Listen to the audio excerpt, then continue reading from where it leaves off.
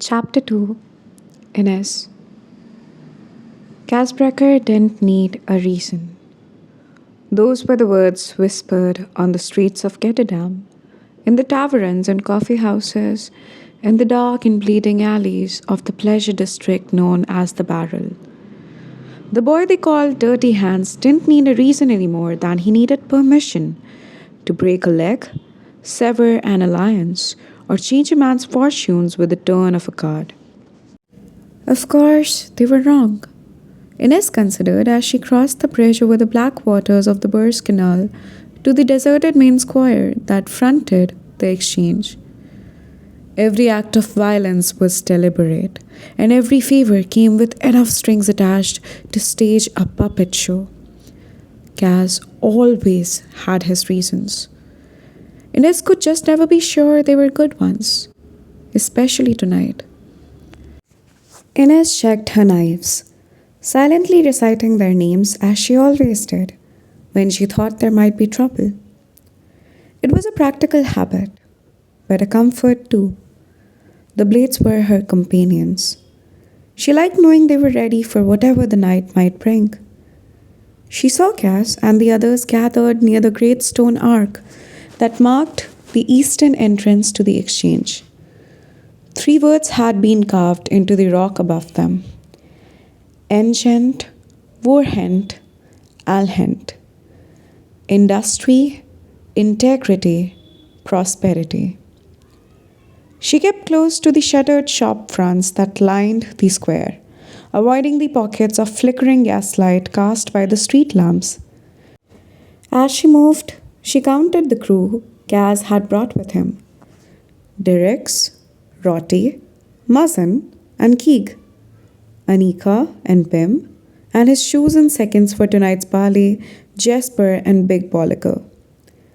They jostled and bumped each other, laughing, stamping their feet against the cold snap that had surprised the city this week, the last gasp of winter before spring began in earnest. They were all bruisers and brawlers, culled from the younger members of the Dregs, the people Cass trusted most. Ines noted the glint of knives tucked into their belts, lead pipes, weighted chains, axe handles studded with rusty nails, and here and there, the oily gleam of a gun barrel. She slipped silently into their ranks, scanning the shadows near the exchange for signs of black-tipped spies. 3 ships, Jesper was saying. The shoe sent them. They were just sitting in First Harbor, cannons out, red flags flying, stuffed to the sails with gold. Big Bolliger gave a low whistle. Would have liked to see that. Would have liked to steal that, replied Jesper. Half the merchant council was down there flapping and squawking, trying to figure out what to do. Don't they want the shoe paying their debts? Big Bolliger asked. Cass shook his head, dark hair glinting in the lamplight. He was a collection of hard lines and tailored edges, sharp jaw, lean build, full coat snug across his shoulders. Yes and no, he said in his rock salt rasp. It's always good to have country in debt to you. Makes for friendlier negotiations. Maybe the shoe are done being friendly, said Jesper. They didn't have to send all that treasure at once. You think they stuck the trade ambassador? Cass's eyes found Ines unerringly in the crowd. Ketterdam had been buzzing about the assassination of the ambassador for weeks. It had nearly destroyed Kirch-Zemeni relations and sent the merchant council into an uproar. The Zemeni blamed the Kirch. The Kirch suspected the shoe. Cass didn't care who was responsible. The murder fascinated him because he couldn't figure out how it had been accomplished. In one of the busiest corridors of the Stadthall, in full view of more than a dozen government officials, the Zemeni trade ambassador had stepped into a washroom. No one else had entered or left, but when his aide knocked on the door a few minutes later, there had been no answer. When they had broken down the door, They had found the ambassador face down on the white tiles, a knife in his back, the taps still running. Kaz had sent Ines to investigate the premises after hours. The washroom had no other entrances, no windows or vents. Even Ines hadn't mastered the art of squeezing herself through the plumbing. Yet, the Zemini ambassador was dead. Kaz hated a puzzle he couldn't solve, and he and Ines had concocted 100 theories to account for the murder, none of which satisfied. But they had more pressing problems tonight. She saw him signal to Jasper and Big Bolliger to divest themselves of weapons. Street law dictated that for a parley of this kind, each lieutenant be seconded by 2 of his foot soldiers and they all be unarmed. Parley. The word felt like a deception. Strangely prim and antique. No matter what street law decreed, this night smelled like violence. Go on, give those guns over, Derek said to Jasper. With a great sigh, Jasper removed the gun belts at his hips. She had to admit he looked less himself without them. The Zemini sharpshooter was long-limbed, brown-skinned, constantly in motion. He pressed his lips to the pearl handles of his prized revolvers, bestowing each with a mournful kiss. Take good care of my babies, Jasper said as he handed them over to Derrick's. If I see a single scratch or nick on those, I'll spell forgive me on your chest in bullet holes. You wouldn't waste the ammo. And he'd be half dead through forgive, Big Bolliger said as he dropped a hatchet, a switchblade, and his preferred weapon, a thick chain weighted with a heavy padlock, into Rotty's expectant hands. Jasper rolled his eyes. It's about sending a message. What's the point of a dead guy with Forg written on his chest? Compromise. I'm sorry it does the trick. And uses fewer bullets, Cass said. Derrick laughed, but Ines noted that he cradled Jasper's revolvers very gently. What about that? Jasper asked, gesturing to Kaz's walking stick. Kaz's laugh was low and humorless. Who would deny a poor cripple his cane? If the cripple is you, then any man with sense. Then it's a good thing we are meeting Eels. Kaz drew a watch from his vest pocket. It's almost midnight. Ines turned her gaze to the exchange. It was little more than a large rectangular courtyard surrounded by warehouses and shipping offices. But during the day, it was the heart of Ketterdam, bustling with wealthy merchants, buying and selling shares in the trade voyages that passed through the city's ports. Now it was nearly 12 bells, and the exchange was deserted, but for the guards who patrolled the perimeter and the rooftop. They had been bribed to look the other way during tonight's parley. The exchange was one of the few remaining parts of the city that hadn't been divvied up and claimed in the ceaseless skirmishes between Ketterdam's rival gangs. It was supposed to be neutral territory, but it didn't feel neutral to Ines.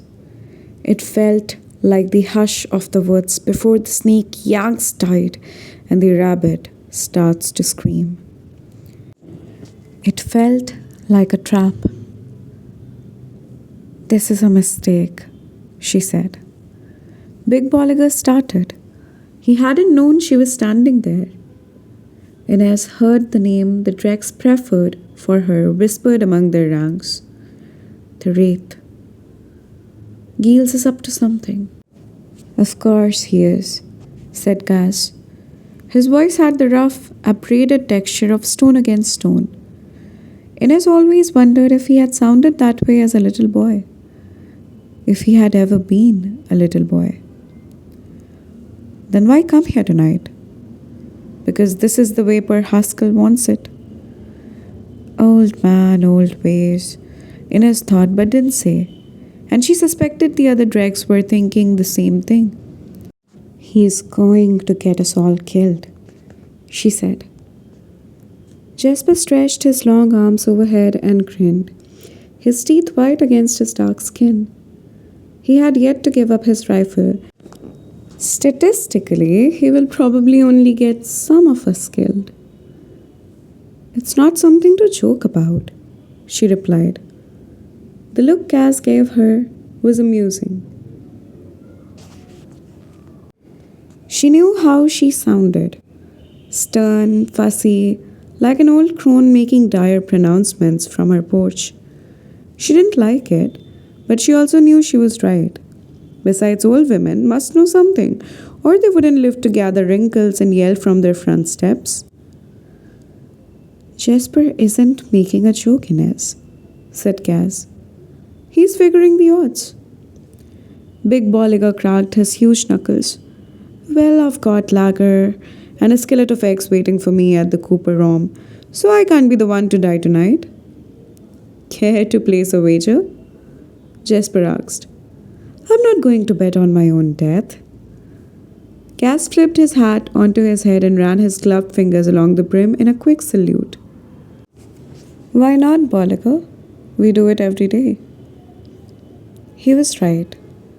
Inez's debt to Per Haskell meant she gambled her life every time she took on a new job or assignment. Every time she left her room at the slat. Tonight was no different. Cass struck his walking stick against the cobblestones as the bells from the church of Barter began to chime. The group fell silent. The time for talk was done. "Giles isn't smart, but he's just bright enough to be trouble," said Cass. "No matter what you hear, you don't join the fray unless I give the command. Stay sharp." Then he gave Inez a brief nod. "And stay hidden." "No more, nurse?" Jasper said as he tossed his rifle to Rotty. "No funerals," the rest of the dregs murmured in reply. Among them, it passed for good luck. Before Inez could melt into the shadows, Cass stabbed her with her scrow's head keen. "Keep a watch on the rooftop guards. Giles may have them in his pocket." Then Inez began, but Cass was already gone. Inez threw up his hands in frustration. She had 100 questions, but as usual, Cass was keeping a strange hold on the answers.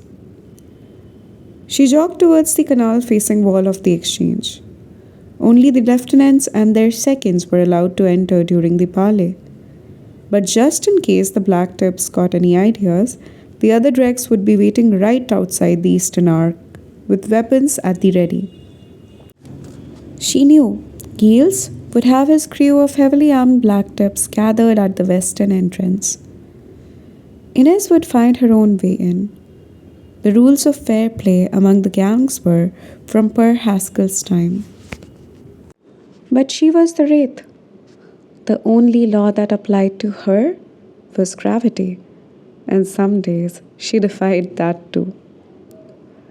The lower level of the exchange was dedicated to windowless warehouses, so Inez located a drain pipe to shin up. Something made her hesitate before she wrapped her hand around it. She drew a bone light from her pocket and gave it a shake, casting a pale green glow over the pipe. It was slick with oil.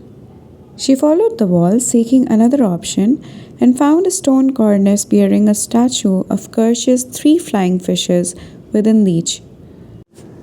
She stood on her toes and tentatively felt along the top of the cornice. It had been covered in crowned glass. "I am expected," she thought with grim pleasure. She had joined up with the Dregs less than 2 years ago, just days after her 15th birthday.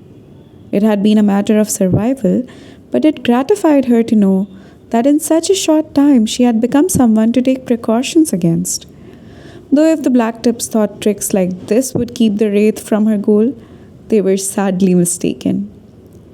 She drew 2 climbing spikes from her pockets, wedged first one, then the other one between the bricks of the wall as she hoisted herself higher, her questing feet finding the smallest holes and ridges in the stone. As a child learning the high wire, she had gone barefoot, but the streets of Ketterdam were too cold and wet for that. After a few bad spells, she had paid a Grisha fabricator working in secret out of a gin shop on the gin strat to make her a pair of leather slippers with nubbly rubber soles. They were perfectly fitted to her feet and gripped any surface with surety. On the second story of the exchange, she hoisted herself onto a window ledge, just wide enough to perch. Gaz had done his best to teach her, but she didn't quite have his way with breaking and entering, and it took her a few tries to finesse the lock. Finally, she heard a satisfying click, and the window swung open on a deserted office, its walls covered in maps marked with trade routes and chalkboards listing share prices and the names of ships. She ducked inside, refastened the latch, and picked her way past the empty desks with their neat stacks of orders and tallies. She crossed to a slender set of doors and stepped onto a balcony that overlooked the central courtyard of the exchange. Each of the shipping offices had one. From here, callers announced new voyages and arrivals of inventory, or hung the black flag that indicated that a ship had been lost at sea with all its cargo. The floor of the exchange would erupt into a flurry of trades. Runners would spread the word throughout the city, and the price of goods, futures, and shares and outgoing voyages would rise or fall. But tonight, all was silence. A wind came in off the harbour, bringing the smell of the sea. Down in the square, she saw the sway of lamplight and heard Gaz and his seconds make their way across the square. On the opposite side, she glimpsed another set of lanterns heading towards them. The black tips had arrived. Ines raised her hood. She pulled herself onto the railing and leaped soundlessly to the neighboring balcony, then the next, tracking Gaz and the others around the square, staying as close as she could.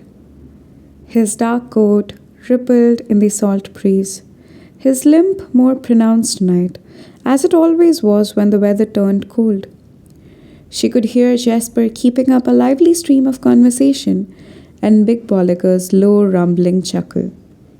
As she drew nearer to the other side of the square, Enid saw that Giles had chosen to bring Elzinger and Omen, exactly as she had predicted. Ines knew the strengths and weaknesses of every member of the Black Tips. Not to mention Harley's pointers, the Liddies, the Razor Girls, the Dime Lions, and every other gang working the streets of Ketterdam. It was her job to know the Giles trusted Elzinger because they had come up through the ranks of the Black Tips together, and because Elzinger was built like a stack of boulders, nearly 7 feet tall, dense with muscle, his wide, mashed-in face jammed low on a neck thick as a pillion. She was suddenly glad Big Bolliger was with Gaz. That Gaz had chosen Jasper to be one of his seconds was no surprise. Twitchy as Jasper was, with or without his revolvers, he was at his best in a fight, and she knew he would do anything for Gaz. She had been less sure when Gaz had insisted on Big Bolliger as well. Big Ball was a bouncer at the Crow Club, perfectly suited to tossing out drunks and wasters, but too heavy on his feet to be much use when it came to a real tussle. Still, at least he was tall enough to look Elzinger in the eye. Ines didn't want to think too much on Giles' other second.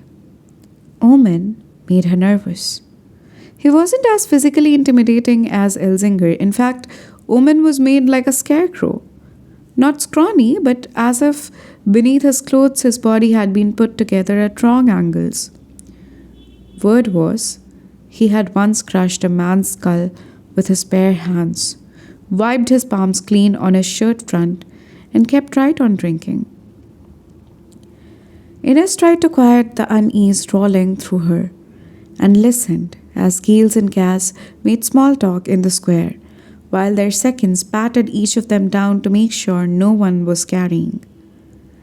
Naughty, Jasper said as he removed a tiny knife from Elzinger's sleeve and tossed it across the square.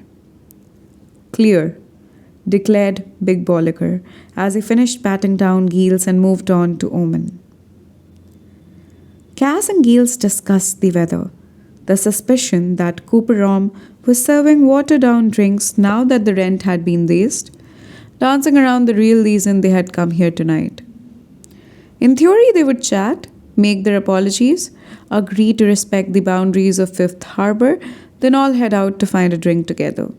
At least, that's what Per Haskell had insisted. But what does Per Haskell know? Inez thought as she looked for the guards patrolling the roof above, trying to pick out their shapes in the dark. Haskell ran the dregs, but these days he preferred to sit in the warmth of his room, drinking lukewarm leisure, building model ships and telling long stories of his exploits to anyone who would listen.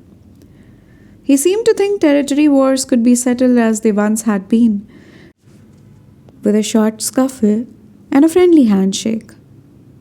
But every one of Inez's senses told her that was not how this was going to play out.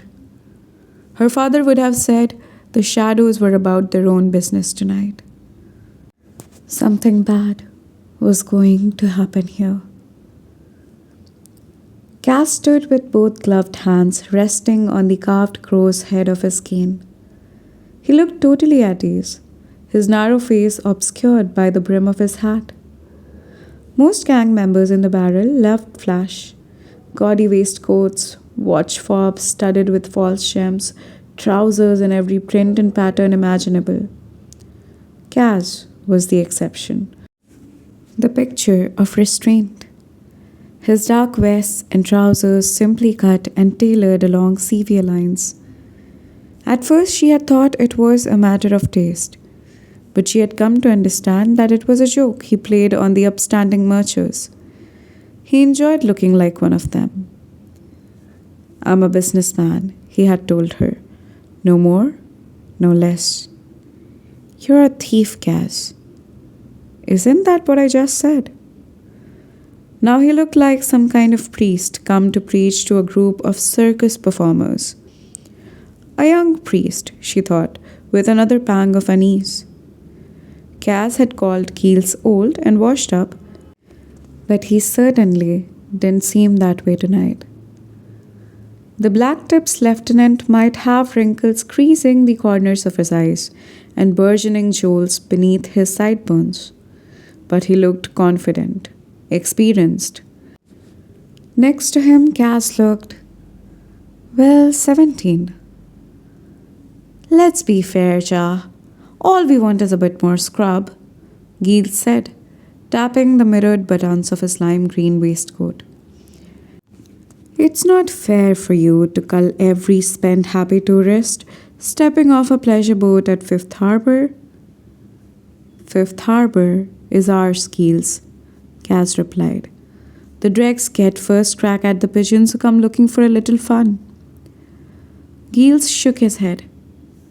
"You're a young one, Brecker," he said with an indulgent laugh. "Maybe you don't understand how these things work. The harbors belong to the city, and we have as much right to them as anyone. We have all got a living to make." Technically, that was true. But Fifth Harbor had been useless and all but abandoned by the city when Cass had taken it over. He had had it dredged and then built out the docks and the quay, and he had had to mortgage the Crow Club to do it. Where Haskell had rallied at him and called him a fool for the expense, but eventually he had relented. According to Cass, the old man's exact words had been, "Take all that rope and hang yourself." But the endeavor had paid for itself in less than a year. Now Fifth Harbor offered berths to merchant ships as well as boats from all over the world, carrying tourists and soldiers eager to see the sights and sample the pleasures of Ketterdam. The dregs got first try at all of them, steering them and their wallets into brothels, taverns, and gambling dens owned by the gang. Fifth Harbour had made the old man very rich and cemented the dregs as real players in the barrel in a way that not even the success of the Crow Club had. But with profit came unwarranted attention. Giles and the Black Tips had been making trouble for the dregs all year, encroaching on Fifth Harbour, picking off pigeons that weren't rightfully theirs. Fifth Harbour is ours, Kaz repeated. It isn't up for negotiation. You are cutting into our traffic from the docks, and you intercepted a shipment of Jarda that should have docked 2 nights ago. Don't know what you're talking about. I know it comes easy, Giles, but try not to play dumb with me. Giles took a step forwards. Jasper and Big Bolliger tensed. Quit flexing, boy, Giles said. We all know the old man doesn't have the stomach for a real brawl. Kaz's laugh was dry as the rustle of dead leaves. But I am the one at your table, Giles, and I'm not here for a taste. You want war? I'll make sure you eat your fill. And what if you're not around, Brecker? Everyone knows you're the spine of Haskell's operation. Snap it, and the dregs collapse. Jasper snorted. Stomach, spine, what's next? Spleen? Shut it, Omen snarled.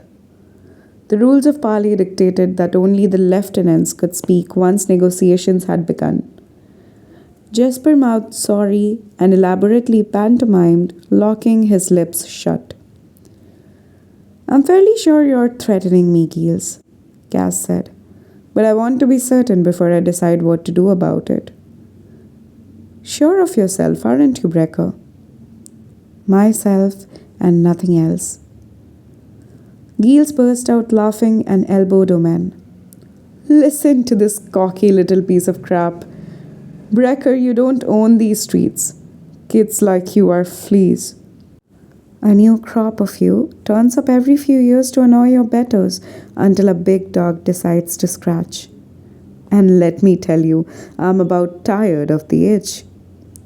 He crossed his arms, pleasure rolling off him in smug waves. What if I told you? There are 2 guards with city-issue rifles pointed at you and your boys right now. Inet's stomach dropped. Was that what Kaz had meant when he had said Giles might have the guards in his pocket? Kaz glanced up at the roof. Hiring city guards to do your killing? I would say that's an expensive proposition for a gang like the Black Tips. I'm not sure I believe your coffers could support it. Ines climbed onto the railing and launched herself from the safety of the balcony, heading for the roof. If they survived the night, she was going to kill Kaz. There were always 2 guards from the Stad Watch posted on the roof of the exchange. A few crook from the dregs and the Black Tips had ensured they wouldn't interfere with the parley, a common enough transaction. But Giles was implying something very different. Had he really managed to bribe city guards to play sniper for him? If so, the dregs' odds of surviving this night had just dwindled to a knife's point. Like most of the buildings in Ketterdam, the exchange had a sharply gabled roof to keep off heavy rain, so the guards patrolled the rooftop via a narrow walkway that overlooked the courtyard. Ines ignored it. It was easier going but would leave her too exposed. Instead, she scaled halfway up the slick roof tiles and started crawling, her body tilted at a precarious angle, moving like a spider as she kept one eye on the guard's walkway and one ear on the conversation below. Maybe Giles was bluffing. Or maybe 2 guards were hunched over the railing right now with Kaz or Jasper or Big Boiler in their sights. Took some doing, Giles admitted. We are a small operation right now, and the city guards don't come cheap. but it will be worth it for the price. That being me? That being you. I'm flattered. The dregs won't last a week without you. I would give them a month on sheer momentum. The thought rattled noisily around in Inez's head. If Cass was gone, would I stay? Or would I skip out on my debt? Take my chances with Per Haskell's enforcers? If she didn't move faster, she might well find out. Smug little slum rat, Giles laughed. I can't wait to wipe that look off your face. So do it, Cass said. Inez risked a look down. His voice had changed, all humor gone. Should I have them put a bullet in your good leg, Brecker? Where are the carts? Inez thought, picking up her pace. She raced across the steep pitch of the cable. The exchange stretched nearly the length of a city block. There was too much territory to cover. Stop talking, Giles. Tell them to shoot. Cass, said Jesper nervously. Go on. Find your balls and give the order. What game was Cass playing? Had he expected this? Had he just assumed Inez would find her way to the guards in time? She glanced down again. Giles radiated anticipation. He took a deep breath, puffing out his chest. Inez's steps faltered, and she had to fight not to go sliding straight off the edge of the roof. He's going to do it. I'm going to watch Cass die. Fire! Giles shouted. A gunshot split the air. Big Bolliger let loose a cry and crumpled to the ground. Damn it! Shouted Jesper, dropping to one knee beside Bolliger and pressing his hand to the bullet wound as the big man moaned. You worthless potch! He yelled at Giles. You just violated neutral territory. Nothing to say you didn't shoot first, Giles replied. And who's going to know? None of you are walking out of here. Giles' voice sounded too high. He was trying to maintain his composure, but Inez could hear panic pulsing against his words, the startled wing beat of a frightened bird. But why? Moments before, he had been all bluster. That was when Inez saw Cass still hadn't moved. You don't look well, Giles. I'm just fine, he said. But he wasn't. He looked pale and shaky. His eyes were darting right and left as if searching the shadowed walkway of the roof. Are you? Cass asked conversationally. Things aren't going quite as planned, are they? Cass, Jesper said. Bolliger's bleeding bad. Good, Cass said, ignoring him. Cass, he needs a medic. Cass spared the wounded man the barest glance.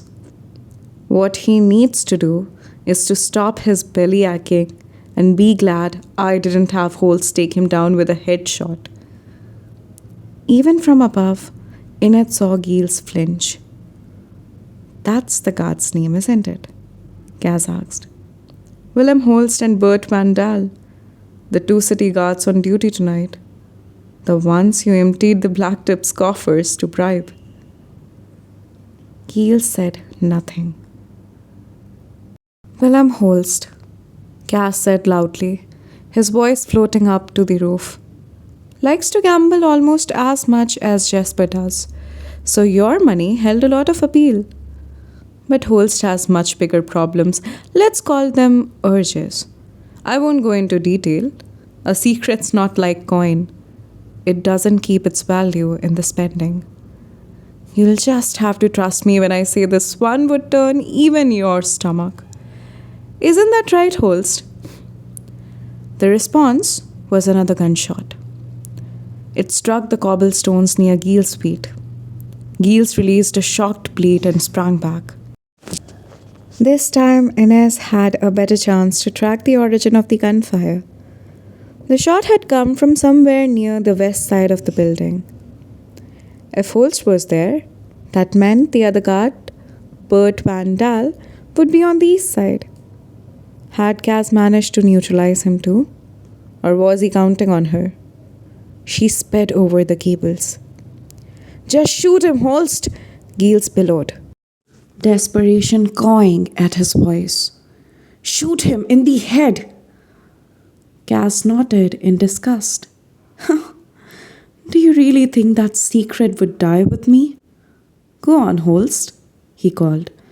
"Put a bullet in my skull. There will be messengers sprinting to your wife and your watch captain's door before I hit the ground." No shot came. "How?" Giles said bitterly. "How did you even know who would be on duty tonight? I had to pay through the gills to get that roster. You couldn't have outbid me." "Let's say my currency carries more sway." "Money is money." "I traded information, Giles. The things men do when they think no one is looking. Shame holds more value than coins ever can." He was grandstanding.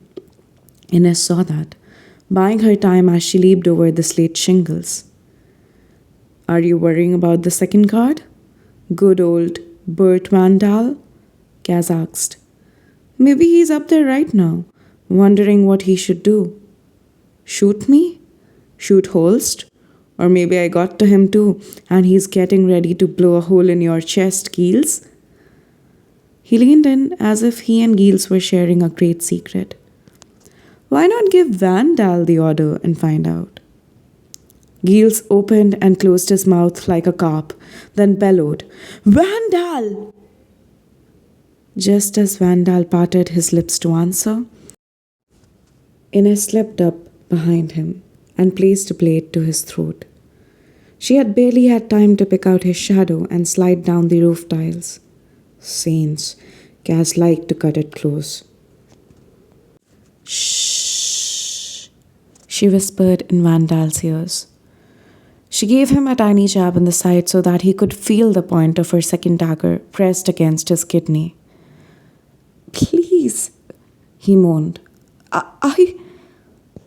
I like it when men beg," she said, "but this isn't the time for it."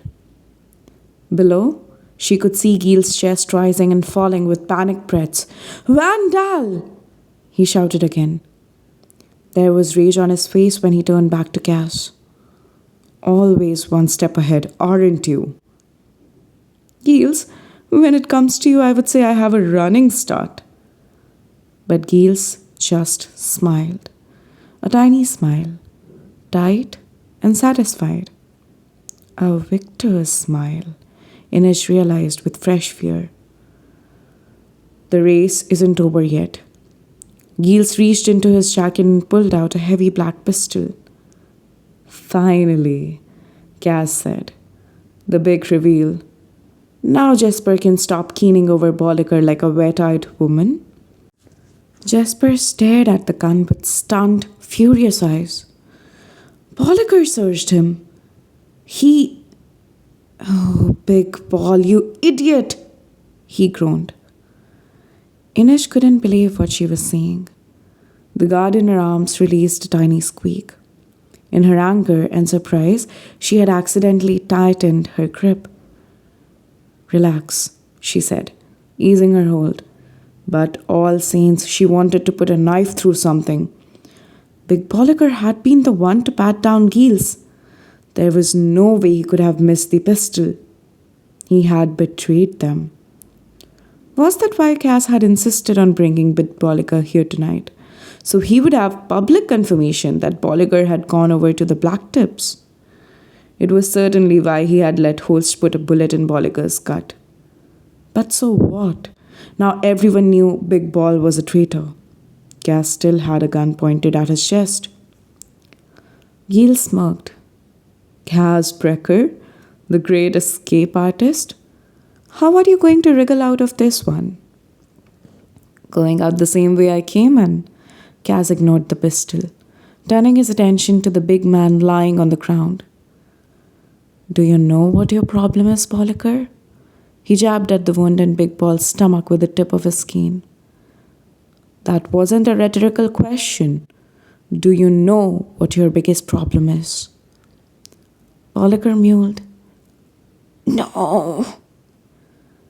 Give me a guess. Big Ball said nothing, but just released another trembling whimper. All right, I'll tell you. You are lazy. I know it. Everyone knows it. So I had to ask myself why my laziest bouncer was getting up early twice a week to walk 2 extra miles to see last fry for breakfast, especially when the eggs are so much better at the Cooperome. Big Ball becomes an early riser. The black tips start throwing their weight around Fifth Harbor and then intercept our biggest shipment of charda. It wasn't a tough connection to make. He sighed and said to Giles, this is what happens when stupid people start making big plans, cha? Doesn't matter much now, does it? Replied Giles. This gets ugly. I'm shooting from close range.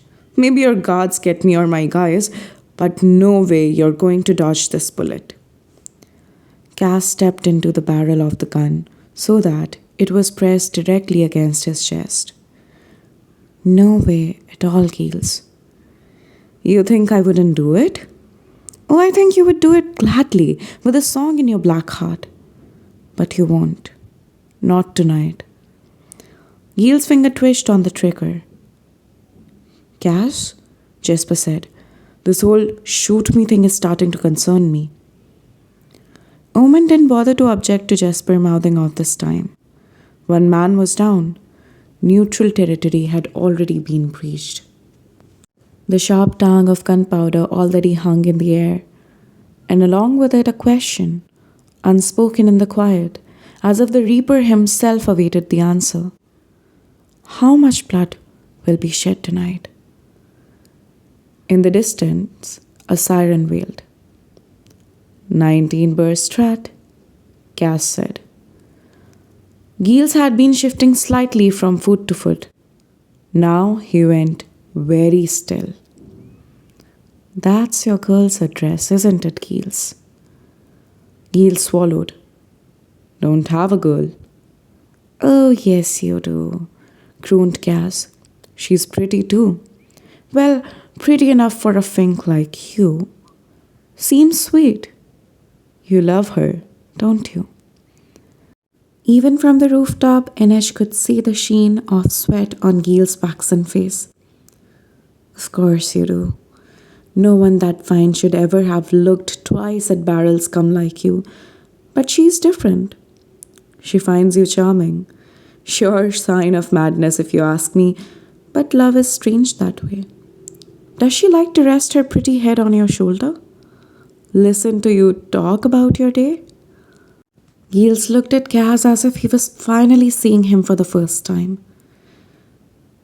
The boy he had been talking to had been cocky, reckless, easily amused, but not frightening, not really.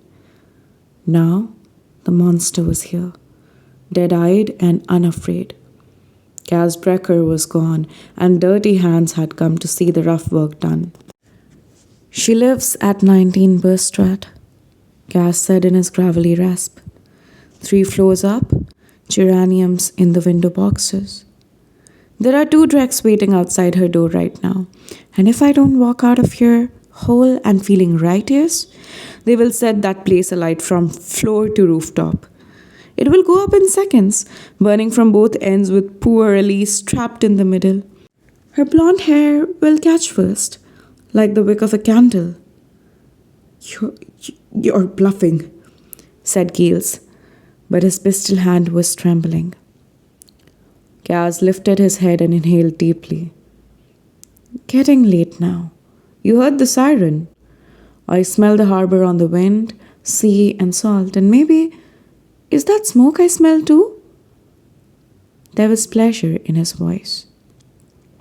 Oh, saints, Cass, what have you done now? Inesh thought miserably. Again, Giles' finger twitched on the trigger and Inesh tensed. I know, Giles. I know, Cass said sympathetically. All that planning and scheming and bribing for nothing. That's what you're thinking right now. How bad it will feel to walk home knowing what you have lost. How angry your boss is going to be when you show up empty handed and that much poorer for it. How satisfying it would be to put a bullet in my heart. You can do it. Pull the trigger.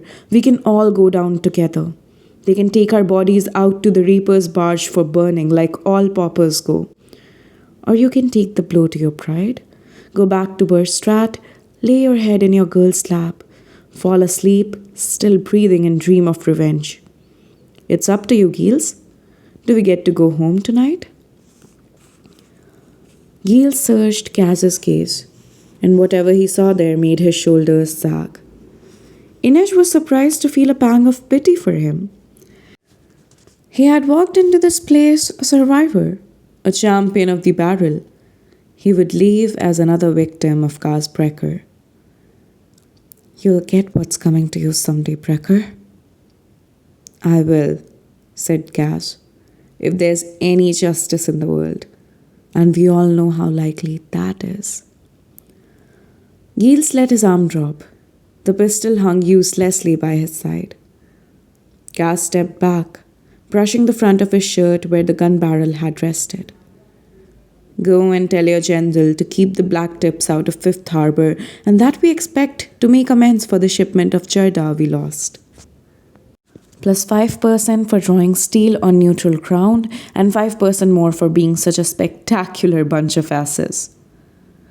Then, Cass's cane swung in a sudden sharp arc. Giles screamed as his wrist bones shattered. The gun clattered to the paving stones. I stood down, cried Giles, cradling his hand. I stood down. You draw on me again, I'll break both your wrists and you'll have to hire someone to help you take a piss. Cass tipped the brim of his hat up with the head of his cane. Or maybe you can get the lovely Elise to do it for you. Cass crouched down beside Bulliker. The big man whimpered. Look at me, Bulliker. Assuming you don't bleed to death tonight, you have until sunset tomorrow to get out of Ketterdam. I hear you're anywhere near the city limits and they'll find you stuffed in a keg at Sila's Fry. Then he looked at Giles. You help Bulliker or I find out he's running with the black tips, don't think I won't come after you. Please, please, Cass, moaned Bulliker. You had a home and you put a wrecking ball through the front door, Bulliker. Don't look for sympathy from me.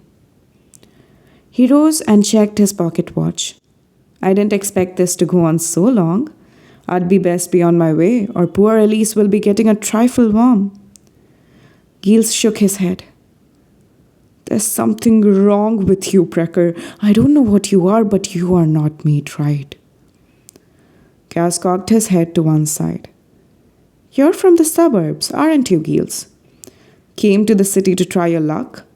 He smoothed his lapel with one gloved hand. Well, I'm the kind of bastard they only manufacture in the barrel.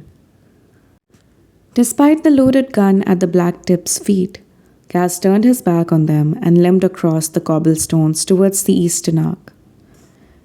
Jasper squatted down next to Bolliger and gave him a gentle pat on the cheek. Idiot, he said sadly, and followed Cass out of the exchange. From the roof, Inej continued to watch as Omen picked up and holsters Gil's gun, and Black Tips said a few quiet words to each other. Don't leave, Big Bolliker begged. Don't leave me. He tried to cling to the cuff of Gil's trousers. Gils shook him off. They left him curled on his side, leaking blood onto the cobblestones. Inej plucked Vandal's rifle from his hands before she released him. Go home, she told the guard. He cast a single terrified glance over his shoulder and sprinted off down the walkway. Far below, Big Ball had started trying to drag himself across the floor of the exchange. He might be stupid enough to cross Cass Brecker, but he had survived this long in the barrel and that took will. He might make it. Help him, a voice inside her said. Until a few moments ago, he had been her brother in arms. It seemed wrong to leave him alone. She could go to him, offer to put him out of his misery quickly, hold his hand as he passed. She could fetch a medic to save him. Instead, she spoke a quick prayer in the language of her scenes and began the climb down the outer wall. Inej pitied the boy who might die alone with no one to comfort him in his last hours, or who might live and spend his life as an exile. But the night's work wasn't yet over, and the wraith didn't have time for traitors.